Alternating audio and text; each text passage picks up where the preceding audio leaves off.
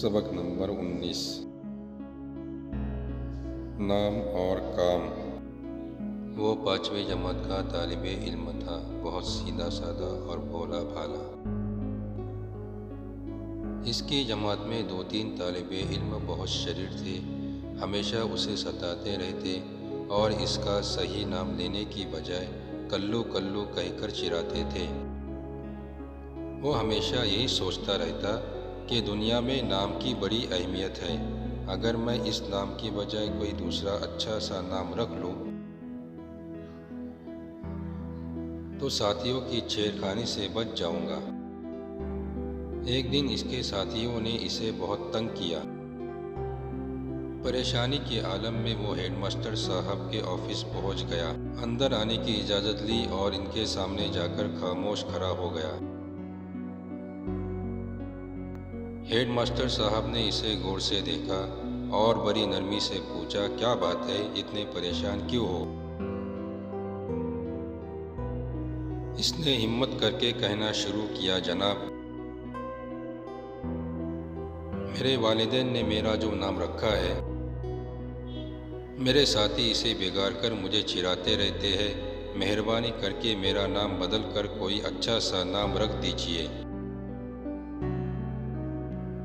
Head master صاحب نے اسے سمجھایا، دیکھو بیٹا، یہ کام اتنا آسان نہیں ہے، یوں بھی دنیا میں نام اہم نہیں ہوتا، اصل اہمیت کام کی ہوتی ہے، تمہیں اپنے نام کے لیے اتنا فکر مند نہیں ہونا چاہیے۔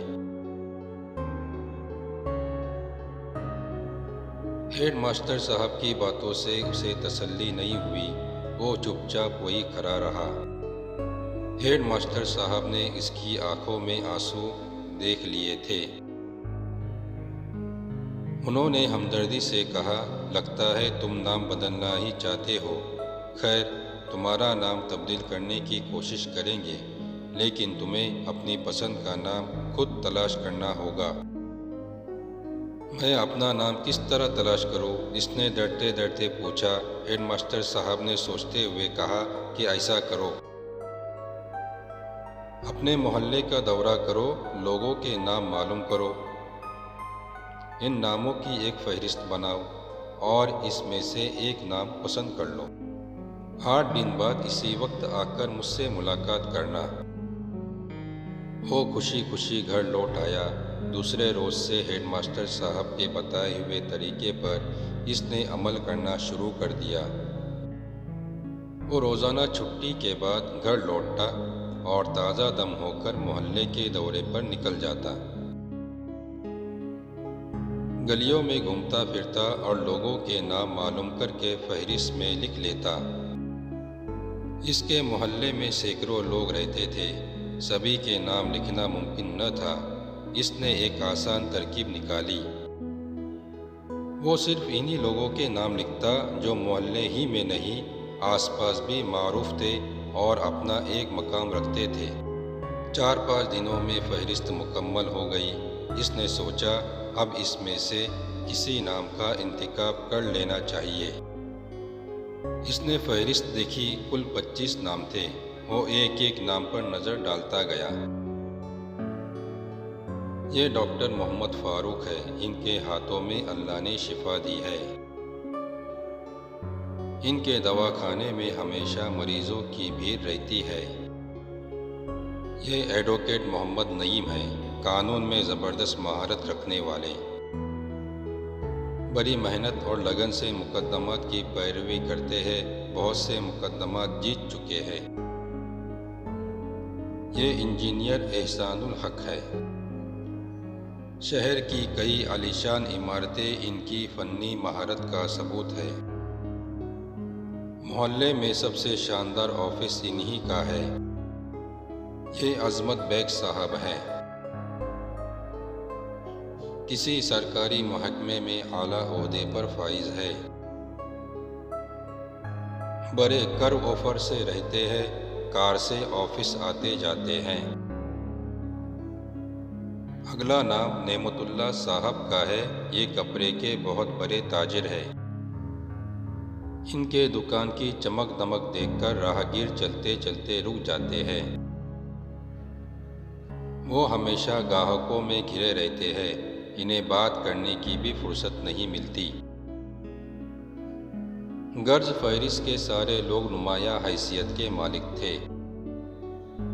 ہیڈ ماسٹر صاحب کے حکم کے مطابق طالب علم مقررہ دن ٹھیک وقت پر ان کے آفس میں پہنچ گیا۔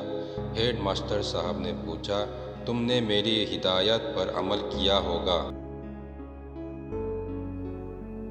جی جناب، اس نے آہستہ سے کہا۔ اب بتاؤ، تم نے اپنے لیے کون سا نام پسند کیا؟ انہوں نے پوچھا۔ اس نے ادب سے کہا، سر، میرے محلے میں کئی مشہور لوگ رہتے ہیں، ان کے نام بھی بڑے اچھے ہیں، میری سمجھ میں نہیں آتا کہ اپنے لیے کون سا نام منتخب کروں۔ ہیڈ ماسٹر صاحب نے کہا، ٹھیک ہے، یہ مشکل حل کیے دیتا ہوں۔ تم محلے میں کئی دنوں تک گھومے پھرے، تمہارے محلے میں لوگ سب سے زیادہ عزت کس شخص کی کرتے ہیں؟ جی، سعید احمد صاحب کی، اس نے بے ساختہ جواب دیا۔ بس تم اپنا نام سعید احمد رکھ لو، لوگ تمہاری بھی اتنی ہی عزت کرنے لگیں گے جتنی ان کی کرتے ہیں۔ یہ کیسے ہو سکتا ہے؟ لوگ نام کی وجہ سے ان کی عزت نہیں کرتے، وہ بے اختیار بول اٹھا۔ پھر کس وجہ سے کرتے ہیں؟ ہیڈ ماسٹر صاحب نے سوال کیا۔ وہ مصیبت میں لوگوں کے کام آتے ہیں، اپنے پڑوسیوں کا بہت خیال رکھتے ہیں۔ محلے میں کوئی بھی بیمار پڑ جائے، سعید احمد صاحب اس کا حال چال جاننے کے لیے موجود، وہ ہر ایک سے بڑی محبت سے ملتے ہیں۔ اچانک اس کے ذہن میں بجلی کی طرح کوئی خیال آیا، وہ بولتے بولتے تھوڑی دیر کے لیے رکا، پھر بڑے جوش سے کہنے لگا، سر، اب میں سمجھ گیا۔